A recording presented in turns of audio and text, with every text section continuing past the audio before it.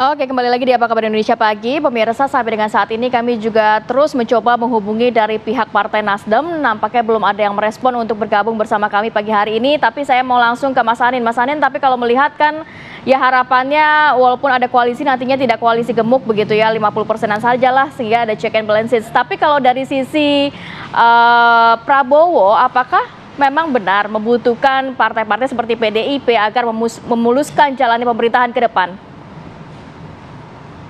Ya, tentu nanti yang menentukan itu adalah proses komunikasi politik ya, Pak Prabowo dengan partai pendukung dan partai di luar pendukung. Tentu Pak Prabowo membutuhkan kekuatan politik yang seimbang di parlemen dan di pemerintahan. Pertama tentu untuk memastikan tadi saya sebutkan semua program dan kebijakan pemerintah itu bisa berjalan dengan baik, kemudian tetap memiliki kekuatan check and balances yang seimbang dan juga bisa memberikan proses demokrasi kita tetap sehat.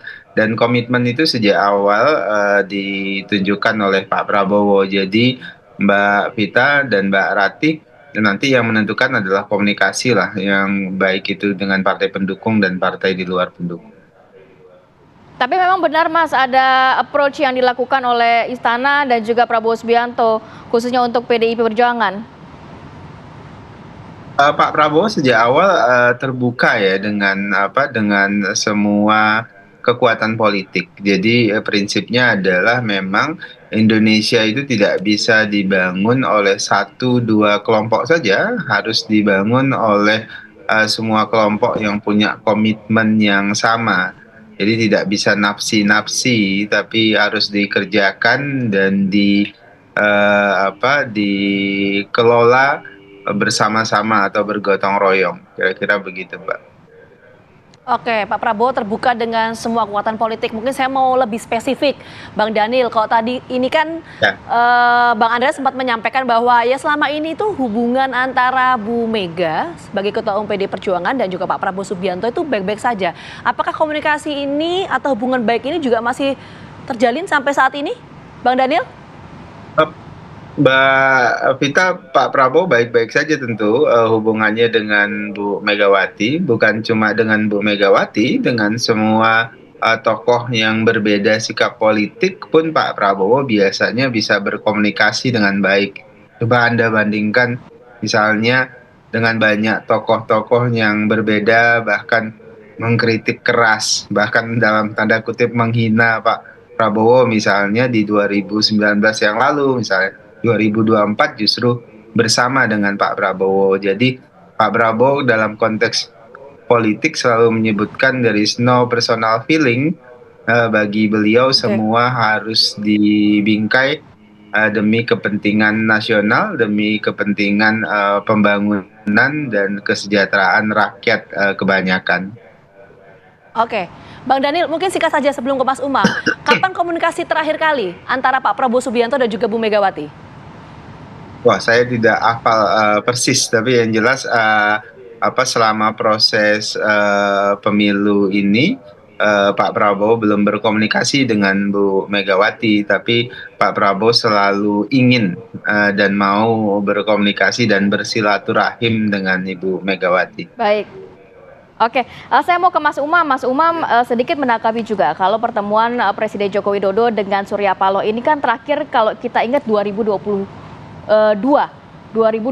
ya. 2023 cukup banyak. Cukup banyak 2023. Pertemuannya. Iya. Pertemuan antara Jokowi dan juga Surya Paloh. Tapi ini sampai dengan pagi ini nampaknya dari pihak Partai Nasdem belum ada yang mau membuka komunikasi. Apa yang Anda lihat? Apakah tahan dulu untuk ngomong di media terkait hal ini atau gimana? Iya, setiap manuver itu tentu membutuhkan lingkungan politik yang relatif lebih terjaga. Sehingga kemudian apapun nanti hasil dari lobby-lobby politik, itu kemudian tidak memunculkan riak-riak, terutama bagi internal kepentingan partainya. Ya. Nah, maka kalau misal kemudian sekarang ada dinamika seperti itu, ya itu sebuah situasi yang bisa dipahami. Dan bahkan di hari pertama pencoblosan kemarin, begitu kemudian sudah muncul angka quick count, statement-statement dari teman-teman di Nasdem, misalnya dari sekjennya Pak Irmawi Taslim, itu narasinya sudah cukup clear bahwa kemudian kita menghargai proses pemilu, kemudian tidak akan melakukan langkah lebih lanjut ya dalam konteks misal gugatan sengketa pemilu, meskipun kalaupun mau menggugat juga sangat berat. Karena gap angkanya itu sangat luar biasa jauh dalam konteks pilpres ya. Gap angkanya sangat luar biasa jauh, dan kalau misal kita merujuk ke pasal 286 di Undang-Undang Pemilu, maka kalau misal kemudian ada dugaan TSM, dan tentu ada partikel-partikel itu ada, tetapi dalam proses pembuktian di sengketa pemilu itu kan mengharuskan untuk menghadirkan bukti-bukti di 50% provinsi se-Indonesia, itu tidak mudah. Nah, maka kemudian situasi itu tampaknya membuat sebagian pihak banting setir. Karena kalau misal kemudian tidak, akan ada risiko dan juga konsekuensi ketika mereka berhadapan-hadapan dengan kekuasaan. Nah, bedanya kalau PDIP dengan kekuatan dan juga pengalaman politik yang cukup memadai, ada semacam pride, harga diri yang kemudian bisa dipertahankan, dijaga. Kalaupun kemudian mau bergabung dengan pemerintahan juga tentu ada narasi-narasi yang sudah dipersiapkan, apakah isu rekonsiliasi, isu persatuan dan sebagainya. Tapi bagi partai-partai kelas menengah, bahkan kelas mediocre, ini bukan soal harga diri lagi, ini soal survivability. Maka kemudian ini menjadi sebuah ujian betul, seberapa konsisten narasi perubahan, narasi kritis yang kemarin dibangun. Jangan sampai kemudian capres-capres dan juga cawapres yang kemarin begitu tampil kritis terdepan melakukan tudingan-tudingan terhadap pemerintahan saat ini, seolah kemudian ditinggalkan begitu saja, dibuang begitu saja, partai-partai pendukungnya kemudian membelot semua. Berarti artinya ini singkat sebelum nanti kita bahas soal yang tadi PDI dan juga Gerindra ya, PDIP dan juga Gerindra. Berarti artinya pasca quick count ini situasi politik Mas Umam itu bisa berpotensi mengganggu stabilitas atau konsolidasi dari soliditas dari masing-masing partai pengusung maupun pendukung ya? Iya, saya pikir. Saya artikan gitu nggak? Iya, bisa jadi, karena bagaimanapun juga saya tidak begitu yakin ya bahwa kemudian ini kan sebenarnya secara narasi kan cukup linier. Kubu 01 dengan narasi perubahan, dengan kubu 03 yang kemarin juga setengah perubahan, setengah keberlanjutan, tapi di fase akhir itu kan narasinya begitu kritis terhadap pemerintahan Pak Jokowi. Idealnya, kalau misalnya kemudian bicara check and balances yang juga sangat sehat terhadap demokrasi, ini kalau digabung akumulasinya itu bisa sekitar hampir 50%. Let's say 40%, 49% something. 50% itu sangat meaningful. Kalau misal kemudian ini konsisten, istiqomah betul apa yang kemarin disampaikan, ini kemudian bisa bergabung menjadi satu. Nah, tadi pertanyaan Mbak Vita, apakah kemudian ini akan terus berlanjut? Feeling saya, belajar dari pengalaman-pengalaman sebelumnya, most likely, besar kemungkinan tidak akan. Dan ini akan terjadi fragmentasi, beredel satu persatu, pragmatisme, oportunisme akan jauh lebih terdepan daripada kemudian komitmen terhadap narasi dan juga perjuangan yang kemarin disampaikan. Jadi yang kita amati soliditas dari masing-masing partai pengusung maupun pendukung masing-masing capres ya. Nah, pertanyaan saya bergeser begini, Mas Umam. Kok tadi kan kita mendengarkan pernyataan yang disampaikan oleh Bang Andreas dan juga Bang Daniel ya. Ini menyampaikan bahwa hubungan dari Pak Prabowo Subianto dan juga Bu Mega ini memang baik-baik saja, tapi belum ada komunikasi tadi disampaikan oleh Bang Daniel selama pemilu ini. Nah, itu kenapa belum ada komunikasi? Ya, proses komunikasi itu kan butuh tahapan-tahapan ya. Let's say Bu Mega, Pak Prabowo, Pak Jokowi, Pak SBY, itu kan center-center kekuatan. Jadi center of gravity dari kekuatan-kekuatan politik ada di situ. Untuk melakukan komunikasi politik tentu tidak bisa langsung. Dibutuhkan tahapan-tahapan, dan tahapan-tahapan itulah kemudian dibutuhkan komunikator awal. Mereka lah yang melakukan proses diplomasi, sekaligus juga negosiasi, termasuk menyiapkan narasi apa yang kemudian harus disampaikan kepada publik ketika publik mengaudit, kemarin katanya perubahan, kemarin katanya tidak etis, kemarin katanya tidak bermoral. Ini kalau misal kemudian bergabung, apa argumennya? Apakah sekedar persatuan? Terlalu absurd. Apakah itu juga bisa diterima oleh grassroots nantinya? Ini yang agak agak anomali ya. Problemnya masyarakat politik kita relatif tidak memiliki nalar kritisisme dan juga literasi politik yang memadai untuk mengaudit situasi ini.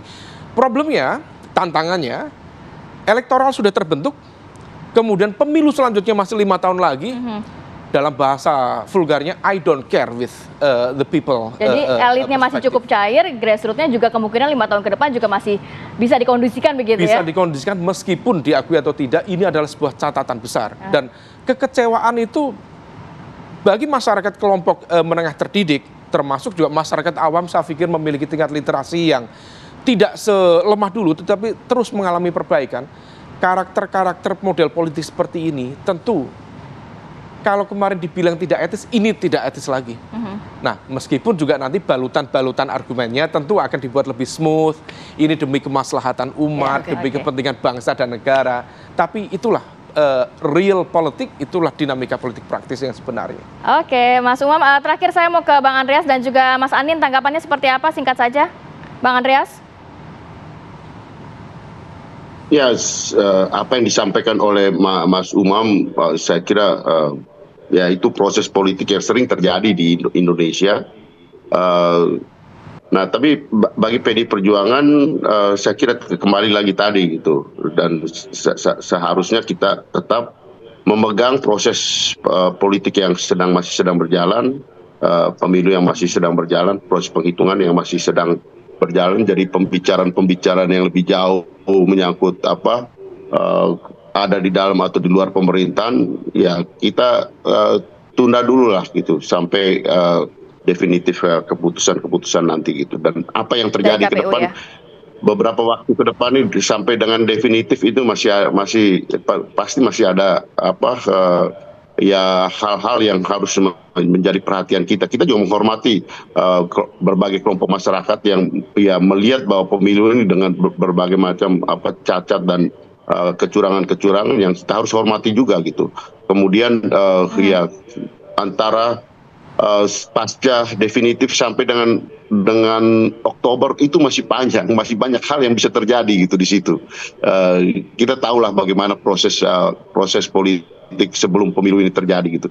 Jadi disitulah saya kira hal-hal yang penting untuk menjadi perhatian kita, terutama yang berkaitan dengan kepentingan tantangan bangsa dan negara ini ke depan, sehingga dengan demikian kita mengambil posisi yang pas untuk itu.